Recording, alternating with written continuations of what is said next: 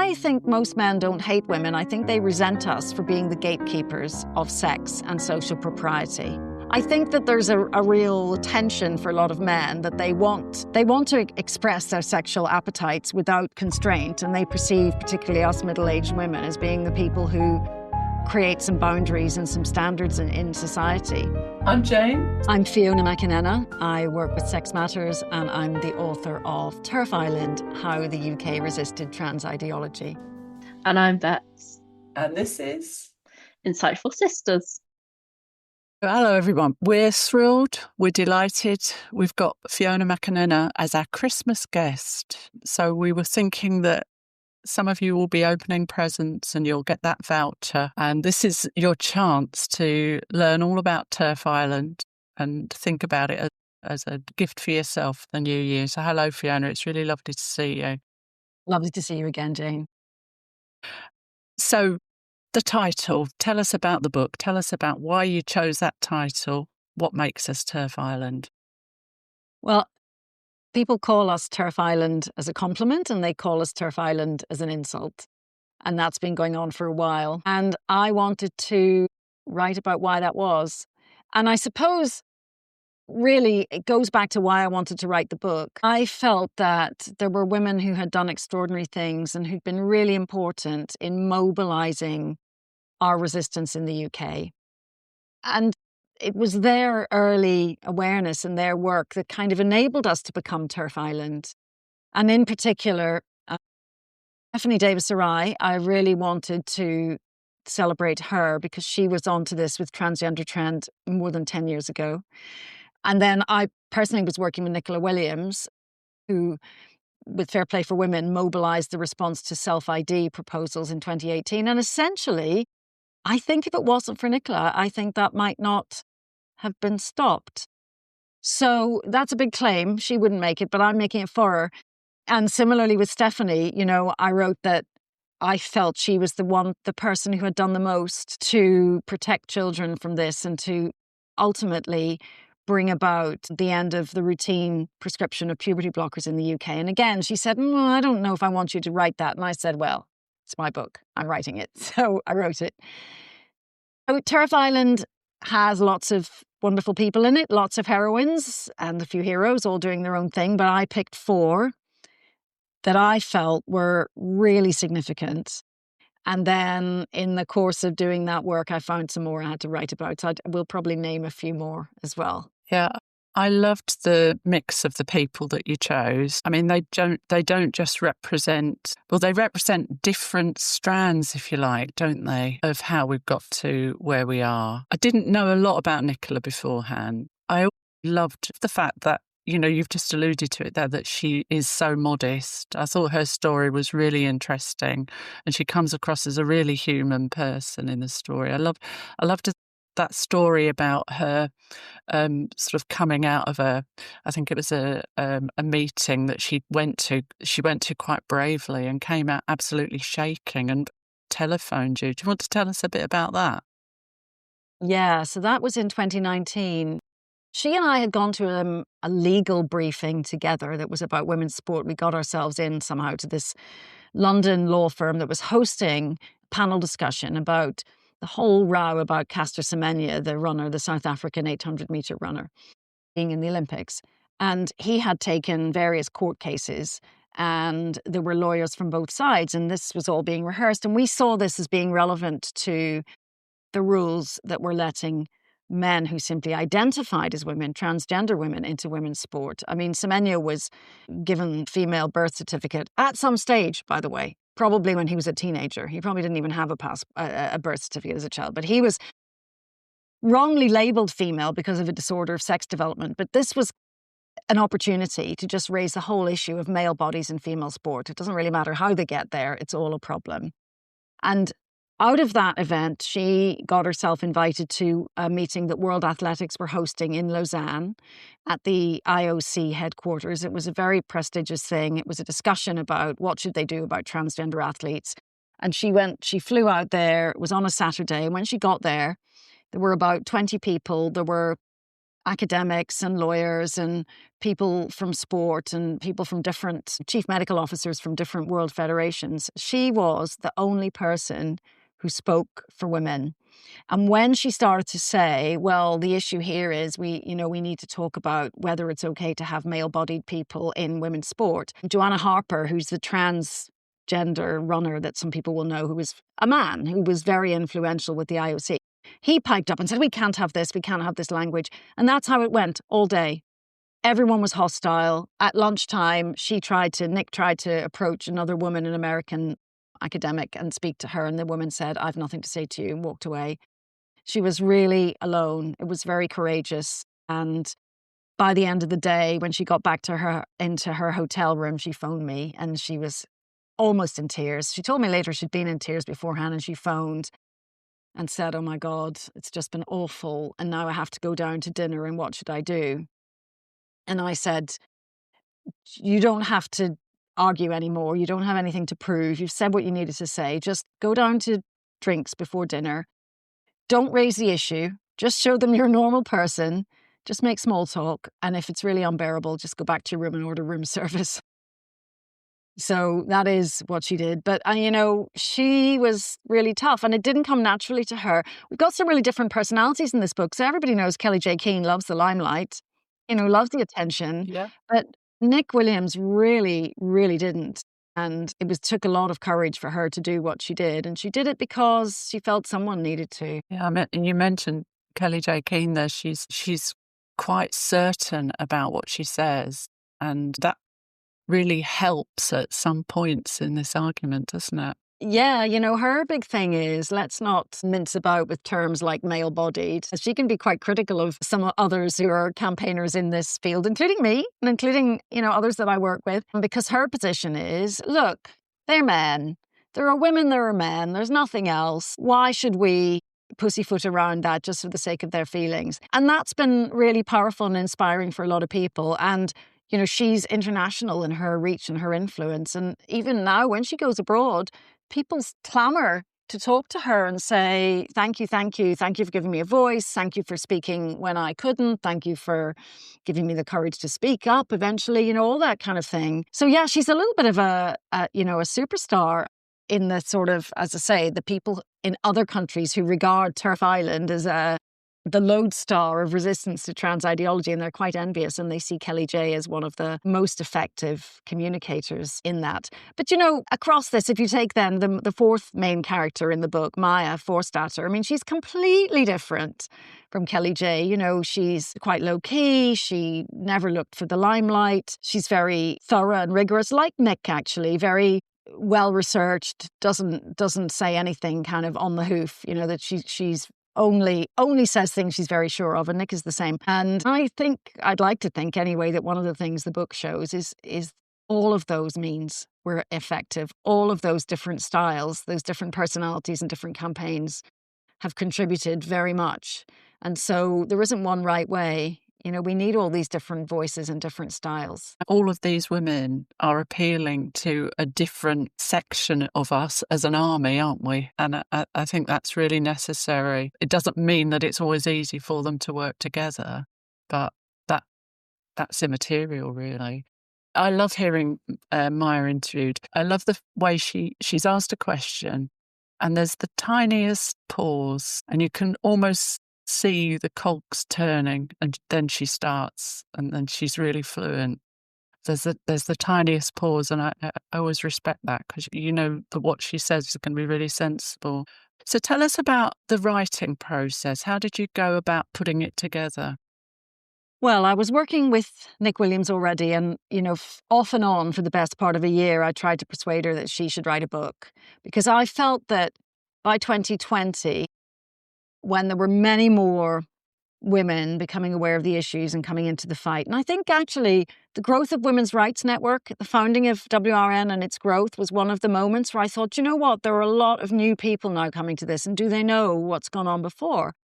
And so I was trying to persuade Nick that she should write the sort of history of fair play for women, because it worked across a lot of different sectors. It wasn't just GRA reform, and it wasn't just sport. She was the first to be interviewed on TV about prisons, for example, about men and women's prisons. And that was as far back as 2017. And she would say, no, I don't want to do that. And I'd try and persuade her and say, I'll help you. And she'd say, yeah, I'm all right then. And then next time we spoke, she'd say, no, I'm not going to make this about me. So eventually I decided I had to do it. And I interviewed all of them. I spent time with them all. I had lovely days out with Stephanie. We'd walk and talk. I'd just clip a microphone on her and we'd walk and talk and record. And I recorded lots of conversations. Stephanie, with Nick, with Kelly J, with Maya, and also did lots of online research because, of course, nowadays there's so much there. You can find, what other people have written, transcripts of their cases. I'd watched Maya's cases online. And then in the course of researching, I found other people. I thought I've got to write about them too. And so there are a lot of different people in this book, but there are in particular a few women that I regard as unsung heroes. And when I found out their role, I thought I've got to feature this. So one is Anya Palmer, who's the co-founder of Sex Matters, her employment barrister. And she was Maya's first lawyer. Her role in Maya's case is in there and Sex Matters. A couple of others crop up in Kelly J's story. So Venice Allen, who did extraordinary things very early on, and people kind of forget that she organized the first of those kind of speakers corner events, that morphed into Let Women Speak and Kelly J's things. But it was Venice who started that. And she was organizing one of those events, a very early event when Maria McLachlan got beaten up. And everyone remembers that. That's a trigger for a lot of people to realize something had gone badly wrong when a woman of 60 gets knocked to the ground in a scuffle by these hulking great blokes in their 20s claiming to be women. And then when eventually one of them is caught and convicted, Maria is told off by the judge for misgendering him. Yeah, so Venice was one of the others who's in the book, and Julia Long, who's a superstar as well. So, but it's kind of terrible to call out any names, and that's one of the things people say, how did you decide who to write about and who to leave out? It was really hard, but I picked the big campaigns that I thought mattered and the women who drove them.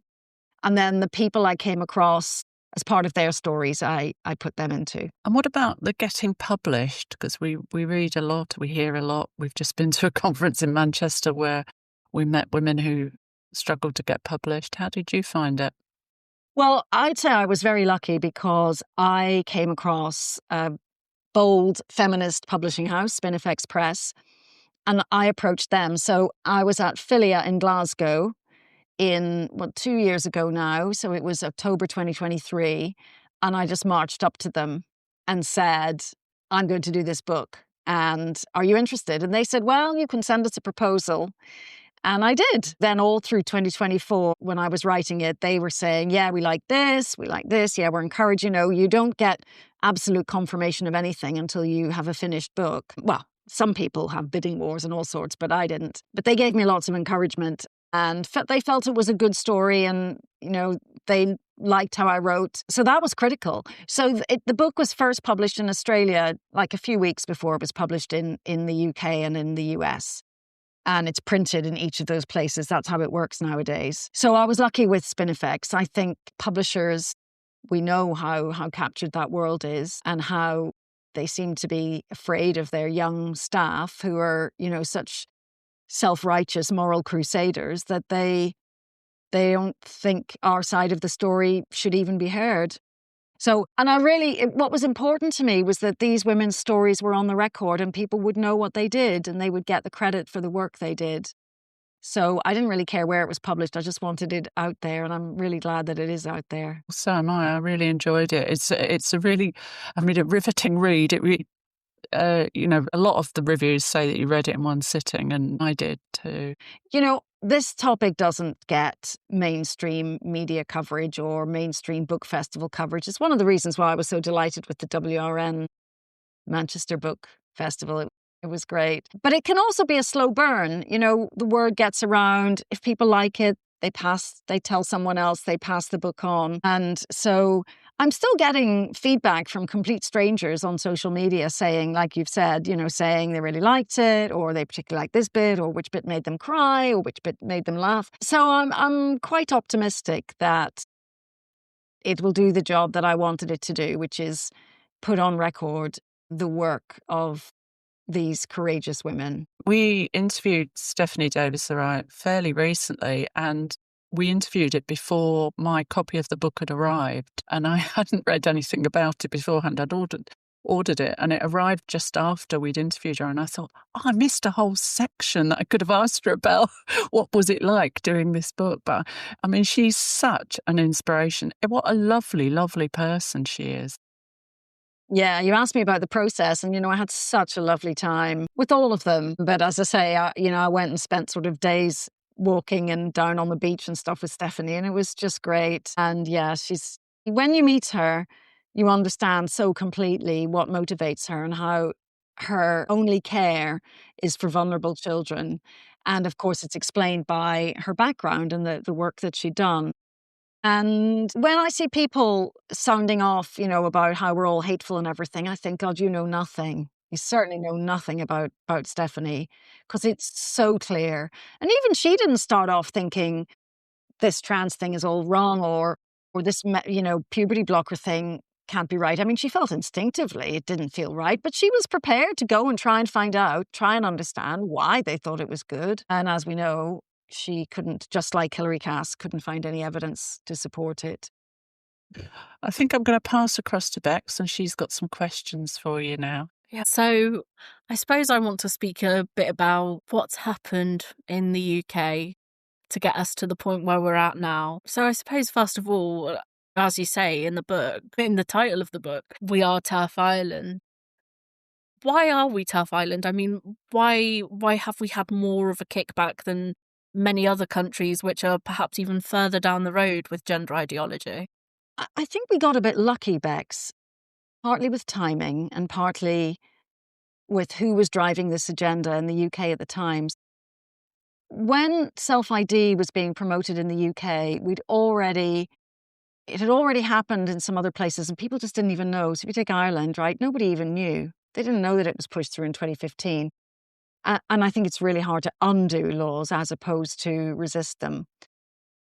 By the time it was being promoted here in 2018, we already had women like Stephanie and Nick and Kelly J, all of them, and Maya, kind of aware that something was up. And I think that they'd sort of, through Mumsnet first, there'd been a bit of an awakening. It's almost like a new wave of feminism, that they'd, on Mumsnet, on the feminist talk boards, they talked about it, and people had gradually come to realize that there was something going on. It wasn't something tiny and trivial, and it wasn't unkind to point out the impact it had on women and on girls, and indeed on little boys too. And so something about the timing was good. I think Mumsnet certainly helped, and that enabled those women to find each other and to form resistance groups at a time when no one was really talking about it. And then the other thing that I think is striking is that, unlike most other countries, in the UK it was a conservative government, a right-wing government rather than a left-wing one, that was proposing self-ID. And I think that enabled some of the traditional left-wing feminists to criticize the policy, to see it for what it was, rather than simply either to see it as part of a kind of, arc of progress towards ever more social justice, or to feel it was something that they couldn't challenge. I mean, we know that the Labour Party was equally pro-self-ID. Nonetheless, it was the Conservatives who were promoting it. And I think that's one of the reasons why resistance mobilised in the UK. And then there's one thing to add, which is, this is something that I think it was Kara Dansky from the US suggested this one to me. She said, well, do you think it helped that in the UK, people tend to have proper employment contracts? And so you've got some kind of employment rights. You've got, proper notice periods and things. Because in the US, that's not the case. And people can be very easily dismissed from their jobs there, more easily than here. And I think she's right. I think that is a help. But only to the extent that it's why Maya was able to go to court. She still lost her job and people are still losing their jobs. So it's a kind of safety net, but it's not really quite enough in itself to protect us. It's something. But I think those first two things, I think the timing and I think the fact it was Tories helped. It's interesting actually what you say there, how much employment tribunals have contributed to public awareness in this country. I hadn't thought before about the fact that it was a right-wing government, but you're right. I think that probably did cut straight through the sort of association with radical feminism and the right, which we see in America now. So in terms of the other side of the coin, gender ideology itself, how did that spread into the UK? How did it get its tendrils into us or into the mainstream? Well, where I started writing this book, the point where my story begins is really sort of 2013, 2014, when Stephanie started to notice all these fawning articles in the British media and the BBC promoting childhood gender transition. And so by then you might say it had already happened. So I've not looked at that, but my sense is that a couple of things happened. One was maybe from 10, 15 years earlier when a small number of men really, transvestite men decided they wanted this. And you remember the Jog-Jakarta principles, they kind of cooked up this notion that it was a human right to be able to identify how you wanted and for a man to present to the world as a woman. And everyone else had to just sort of grant him certain rights accordingly. But what's extraordinary is how successful they were in persuading people. And it seems like there has been a movement largely funded from the US, a few extremely wealthy men who were cross-dressers or who were, AGP, autogynephiles, men who liked the idea of themselves as women. And they had the resources, the financial resources to fund this thing. Other people have written about that, but it seems to have been a little bit the huge motivation of men to fulfill their sexual urges. That's one big part of it. And then the other big part of it was that they managed to persuade people who were perhaps naive that this was the next frontier, that if you got gay rights wrong, you could get trans rights right. And that's certainly what happened with the Conservatives in the UK. And I think that enabled those highly motivated men to infiltrate good movements, respectable organizations. Stonewall was a very respectable organization right up until 2015 when it adopted trans as its next big cause, having succeeded in getting equal marriage. But an awful lot of people thought, well, I don't understand this thing, and I'm not going to think about other people's sex lives. It's none of my business. But we were all very socially conservative on gay rights, and now we've seen that was ridiculous, so I'm going to be the same on trans. And that seems to have enabled them to roll this out everywhere. Workplaces, universities, government departments, politicians, everybody wanting to say, I'm perfectly cool, I'm progressive, and I'm not homophobic and I'm not transphobic either. And they just didn't even ask what it meant. And actually, even now, still people don't ask what it means. And then one more thing, which is that the academics would probably say there is also this transgressive queering movement that came out of universities, came out of French universities, I think in particular, and the whole thing of disrupting norms, the idea that power resides in people who get to name things and people who get to make the rules. And so the way to take power back is break the rules, change the names, change everything. There is a suggestion that also is part of the motivation of pedophiles, that if you can break down the social norms and you can persuade people that it's all just a social construct, there's no need, then you erode some of our instinctive beliefs, like children are not sexual creatures and no one should be sexualizing them. And we have seen an erosion of that. So I think underlying all of it is the fact that there are some men, tends to be men, for whom nothing is too much trouble if it's about their sexual fulfillment, their sexual urges. And for different reasons, those men have been able to use the notion of transgender as a kind of a Trojan horse for them to break down boundaries, get what they want, have women kind of, and us as the naysayers, cast aside as, prudes and not sex positive and all that kind of thing. But I think it's a lot of different strands, and someone else needs to write that history book, I think. It's interesting, the different fronts that we've had to fight back on. Do you think that there's anything particular about the UK that's made made us more willing to listen to women, because I do look at America and they seem to really associate feminism, as I've mentioned, with the far right and women-centered movements as being sort of what's the word, a dog whistle. Do you think feminism was more recognized, or more sort of radical feminism in particular more established, ready to go? Or Yes, it must have been, Bex, but I have to admit that I grew up thinking feminism's work was done, and yeah, that's how little I knew. And there would be other women realized that was not the case and probably would have been appalled to hear me say that. But I know other women thought that too, that we had equality, we had laws that protected us, and even if it hadn't all translated into real life, the intention was there, kind of thing. And I didn't necessarily see a need for radical feminism, but I know that there were other people who were much more on it. I think in the US, the whole liberal feminist movement was even bigger than it was here. So maybe the split was more that there were women who thought feminism wasn't really needed anymore and you just had to lean in, like Sheryl Sandberg.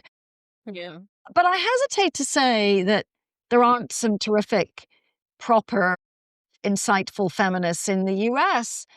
There are. So I don't know if we were really different or if we just got a little bit lucky, but it's certainly the case that a lot of different groups mobilized in the UK quite quickly and got critical mass. And that was really important, because what we know about this whole transgender movement is that when people understand it, when they hear about it, they don't like it.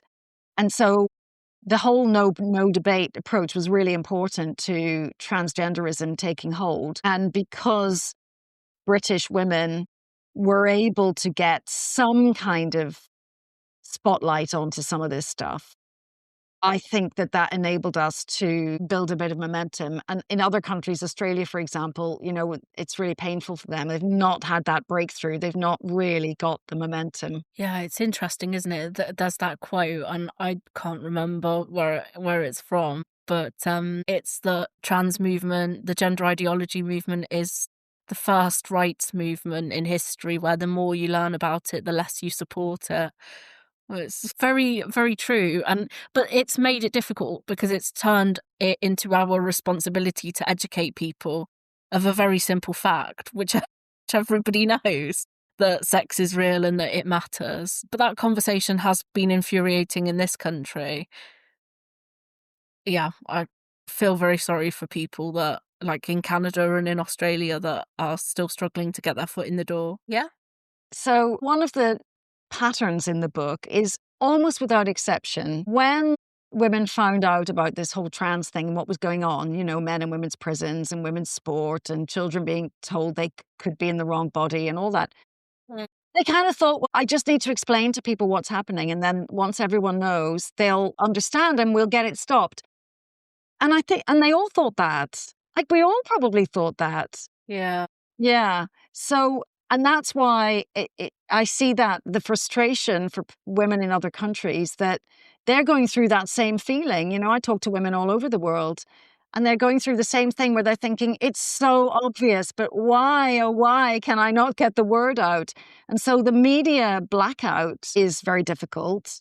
And also being branded as right wing or something unacceptable or akin to a racist, which makes people not want to listen to you. Yeah, that's really interesting. There's two things that you've said. There's that feeling of that feminism's work was done, and then sort of realizing that this issue was here and that we were having to go back to basics. And then there's that feeling of, this is surely a misunderstanding, and if I just explain it in a calm and clear manner, people will understand and see that I'm being reasonable.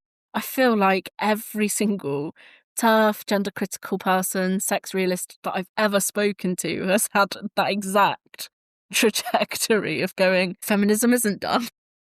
Yeah, but I should say, I'm kind of ashamed to admit that I sort of thought that, because someone like Julie Bindel would say, are you mad? I've been fighting against male violence against women and girls Yeah. my whole life.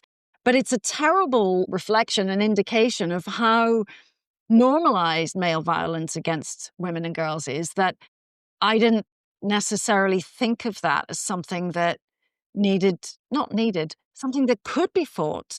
Of course, it needs to be fought, but it was almost like a given. And I think that's still how a lot of people are, which I'm really sorry to say. And of course, I've changed my views and my activism on an awful lot of things.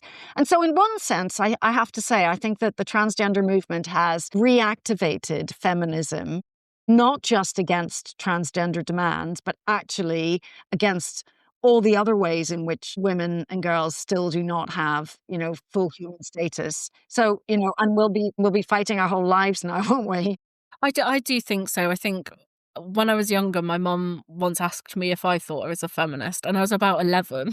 So I said, probably, I don't know. And she said to me, I just think if we ever take our eye off the ball, things will slide back. So we have to keep an eye on it. And it's very true. I think that's a lesson hard learned for women now, that, there is nothing that they wouldn't sink to. Your mum was very wise, definitely. I should Yeah. have listened back then. I could have been one of the first Terfs. Right, I'll hand over to Jane anyway. Yeah, it's almost like this movement has revealed the true underbelly of how much men hate women in a lot of cases. So we're heading towards Christmas. We're heading towards the end of the year. What a year we've had, 2025. I mean, I wondered what your thoughts about the 2025 as a year has been. What have we achieved? I think we have to recognize that this is always going to be 2 steps forward and at least 1 step back. The conversation we just had, Jane, and with Bex, that's how it is. I mean, I think most men don't hate women. I think they resent us for being the gatekeepers of sex and social propriety. If you think of the Jimmy Savile stuff and how it was always the middle-aged, experienced nurses who would step in and protect children. So I think that there's a real tension for a lot of men that they want to express their sexual appetites without constraint, and they perceive particularly us middle-aged women as being the people who create some boundaries and some standards in society. So that's what I think is going on. And this year, I think more people have come to understand that. Nobody wants there to be a backlash against gay rights, but I see a bit of that because of how Pride has become just an open display of sexual fetishism. And people think, well, hold on a minute, you wanted rights and that was fine, but do we really have to see it all, literally all hanging out on the street and with children around? So I think the growing awareness of what transgender kind of implies, which is that men can do anything they want, anywhere, anytime, and that women who object are vilified and have a really hard time. I think that what we've achieved in 2025 is a much greater awareness of that. And even the Sandy Peggy case and the Maria Kelly case, where the verdict came out the week before, where the verdicts were not what we expected or wanted, the amount of coverage is just extraordinary. And ordinary people are saying, well, I don't know about the law and I don't know about being trans, but really, why should a woman have to put up with a man in the changing room? So I think we're starting to get some real cut through. Yeah. And I think that's the most powerful thing. And then separately, of course, I think we have the law on our side with the Women Scotland judgment in the Supreme Court. And even if the resistance to that is shocking and at times demoralizing, it remains the case that we have the law on our side. So I feel it's perhaps a longer haul than we might have thought, but I think it's been a terrific year. And I think we have things to build on, and we're building every year. And what the surveys show, like you said, Beck said, this is the only human rights movement where the more people know about it, the less they like it. We see that in the polls, year on year across every age group, men and women, even young women who are probably the most prone to thinking they should be kind and should welcome their trans sisters. Even young women now, a majority of them think there should be limits. Children shouldn't transition. They're too young. There can't be male people in women's sport. It just isn't fair. Whereas 5 years ago, those women would have been on balance more in favour than not. So I think 2025 has been a monumental year. Yeah, I do too. The BBC, I mean, the coverage isn't great. But ever since that critical report, we're getting the stories are suddenly in the news. And we're getting, I forget what the phrase is that they use, a transgender woman who used to, I can't remember I think they say a biological male now. they do, who Sometimes. identifies No, as a woman, a biological male who sometimes. identifies as a woman. And it's so much better because it's so much clearer than it was. It's not ideal, but it's so much better. And I think that will raise awareness, won't it?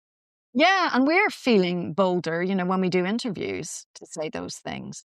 I And mean, you've been on the BBC and, yeah, other channels. I think there's still, we still have a long way to go before we're truly getting complete reporting of what's really going on, but it's coming on in leaps and bounds. And because we know the mainstream view is aligned with us, the braver people get, the more they'll talk about it. And I think people are starting to talk about it more, at work a little bit. It's a bit scary, but, maybe in a safe group, they'll maybe flag a little bit. Did you hear about that nurse? We've got the Darlington nurses still to come as well. So every new case, there'll be more and more people who think, really, did that really happen? How could that be? And when they see these characters and they think, they imagine the trans woman as this put upon, shrinking violet, perhaps a gay man who thinks he should be a woman and no threat to anyone and just a little sweetie. And then they see these people and they think, oh no, this is something different. Yeah. Yeah, so I think the media coverage is still a problem, but we are, all of us chipping away at it. Yeah, yeah. Excellent. And Sex Matters has done so much of that work. What about for 2026? What can we look forward to? Oh, I don't know about you, but I'm already looking forward to the Sandy Peggy appeal, aren't you? What do you think it will happen in 2026? I don't know how long. I don't know, but her case against the Royal College of Nursing presumably will happen. Of course. Yeah. Yeah. I mean, it's terrible. It's terrible. Isn't it funny how watching employment tribunals has become a kind of source of entertainment? I'm slightly ashamed to say that. I actually listened to one in Greece. I was on the beach in Greece listening to an employment tribunal. It's mad, isn't it? Who would have thought? So, it's not all gripping. downside. We've had a new form of entertainment. You don't even have to pay a subscription for it. Yeah, it's fabulous. The big thing we're all waiting for is the Equality and Human Rights Commission revised guidance. Yeah. And there are going to be court cases, no matter what, whether they issue it or don't issue it, whatever's in it, there are going to be cases. Sex Matters itself has a court case coming up. We're asking for permission. It's coming this week. So by the time you air this, we'll know if we've been given permission to challenge the City of London Corporation over letting trans-identifying men, which they call transgender women, into the women's pond on Hampstead Heath. So that's just one example, but there are many others. Keira Bell and James Esses are challenging the puberty blockers trial. There are more cases lined up. So I think we will continue to see a lot of litigation until we get a government that is a clear line from the government that is pushed through at every level, which is, this is what the Equality Act means. This is what the Supreme Court said. And now you just need to get on and do it. There will be more court cases, I've no doubt. Yeah. Yeah, so we come to the final question, which is the same question we ask in every episode. And that is, do you have a woman of the moment? Well, it's terrible to pick out any one woman, speaking as someone who's written about so many of them, and I would be terrified. And someone else can pick a brave nurse in the NHS, whether she's in Scotland or in St Helier or in Darlington. There are so many. So I'm going to pick my daughter, who is in her 20s and who is, unlike me at 25, she is fully aware of the need to defend and protect women's rights. She fully understands the threat that transgender demands present, but also the way in which it's being used to try to shut people down. She doesn't let herself be silenced. When she was at school, it was all, pronouns and respect gender identity. And she was part of that and she saw through it. And I'm really proud of her for that. And I think people like Jane and myself, we really have to make sure that your generation, Bex, yours and my daughters, that you don't make the mistakes we did, some of us anyway, that you don't get complacent. And I think we have a great legal basis here in the UK to protect our rights, but we're going to have to keep working. That's a lovely pick. And yeah, absolutely. We've got a legal basis there. When I interviewed Joan Smith, she said, laws are all well and good, but it's making sure that they're applied. And I think that is where we're at. I mean, with the Supreme Court ruling, it looks like it's just finally being applied now. And we just have to keep pushing, I suppose. Fiona, thank you so much for being a guest. It's been an absolute treat. I've really enjoyed listening to this. At times I forgot that I was also meant to ask questions because I just sunk into listening to you talk about the book with Jane. It was amazing. I can't recommend the book enough. It's great. And I hope everyone's going out and buying it in the New Year's. Well, thank you. I've enjoyed talking to you. And, you know, I'm also inspired when we talk about how many strands of resistance we have in the UK. And it makes me feel, even when you get a bad judgment like the Sandy Peggy one, it makes me feel, I don't feel despondent. I think, okay, we regroup, we go again. We are Terf Island for a reason, you know, and the solidarity that we've built and that keeps on building, it's just inspiring and energizing. Thank you so What much. What a lovely Christmas message. I know. Yeah, there we go. Go out and buy the book as a late present for yourself. I think she essentially said, God bless us, everyone. Thank you to our listeners. We really hope that you've enjoyed this episode. And if you have, please do like, share, comment, subscribe, all that good stuff to help keep our channel growing and spread the word. Thank you.